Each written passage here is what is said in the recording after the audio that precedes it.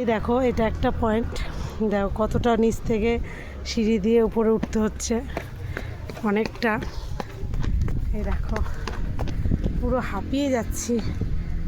পাহাড়ে আমাদের যেহেতু সবসময় ওঠা তো অভ্যাস থাকে না, তার জন্য। এই দেখো আমার ছেলে ড্রাগন ফল খাচ্ছে আর উঠছে।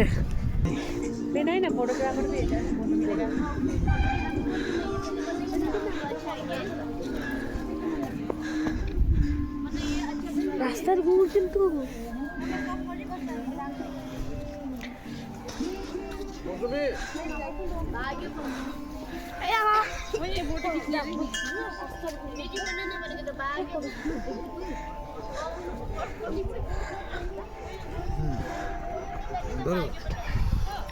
কি খাবো?